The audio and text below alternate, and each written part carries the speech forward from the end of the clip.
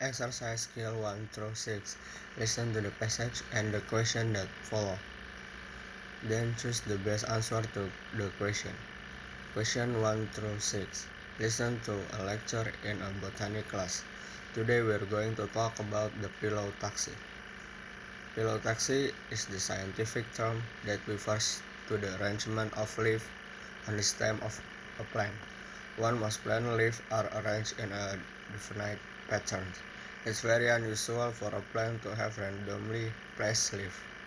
One of the main reasons why the leaves on the plant stems are arranged in orderly way is to ensure that each leaf is exposed to the maximum amount of light with a minimum amount of interference from other leaves. The first type of leaf arrangement is the alternate arrangement. You can see this type of leaf arrangement in the diagram in this type of leaf arrangement.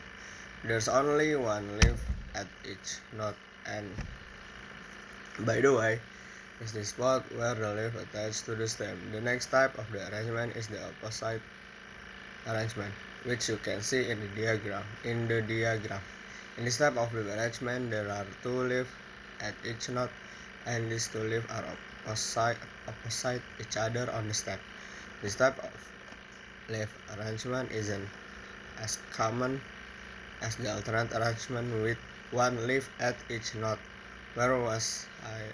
Okay, the last type of leaf arrangement that we're going to look at is called the word leaf arrangement. This type of leaf arrangement is the least common of all. It isn't as common as either the opposite or the alternate arrangement. In this type of arrangement, in the word arrangement, three or more leaves are attached to the stalk of the plant at the same node. In the diagram, you can see three leaves at the same node, but it's also possible for the three more than three leaves at the same node, and the leaf arrangement will still be considered a word arrangement. Now, I hope you've been paying careful attention to this information about phyllotaxy, because I have an assignment for you that's a bit different from the homework assignment you've had so far. Your assignment is to visit the University Botanical Garden. Were you aware that this university has quite an extensive botanical garden? In the botanical garden, there are examples of many different kind of plants, and each plant is labeled with the name of the plant as well as other information about the plant. For your assignment, you are to find three examples of each of these different type of leaf structure. Write down the name of the plant that the leaf structure, then turning your list on Friday. It will be quite easy to find example the alternate structure, because as I said before, this is the most common type of leaf structure. It will be a bit more difficult to find example to the opposite structure. But by far most difficult arrangement you to find will be a structure, because this leaf arrangement so rare you'll have to spend time finding example. Just a word of warning, you better not put off assignment until Thursday evening, as I'm sure many of you are used to doing it. The botanical garden closes at sunset each day, so if you try to put this assignment off until Thursday evening, you won't able to get it done. Today we'll be discussing the formation of various mountain ranges around the world. What are some of the major mountain ranges? The Rockies and the Himalayas. What about in Europe?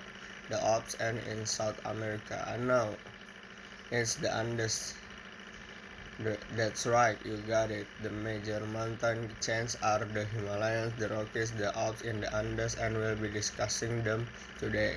We'll be also discussing two smaller North American chains, the Appalachian and the Cascade, which do not rank among the world's tallest development of these two ranges when compared with development of Himalaya, Rocky, Andes, and Alps.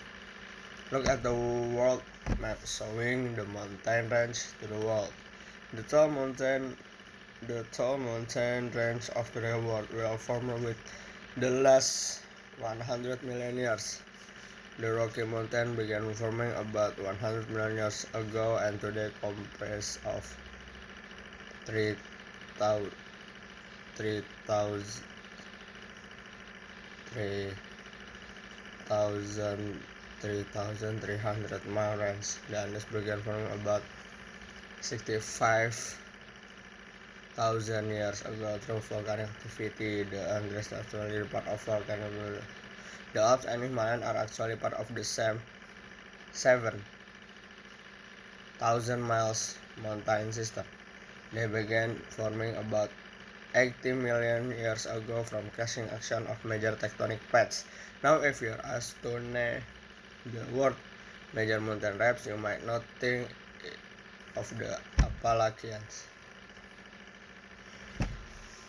They no longer have the impressive height they used to. Now, before we wrap up for today, I'd like to add a final note about the North America. The mountain this mountain complete the rise from the sea exactly a million years ago and among the youngest the world mountain range. They are volcanic mountains that are also part of volcanic active ring are slicking the Pacific Ocean.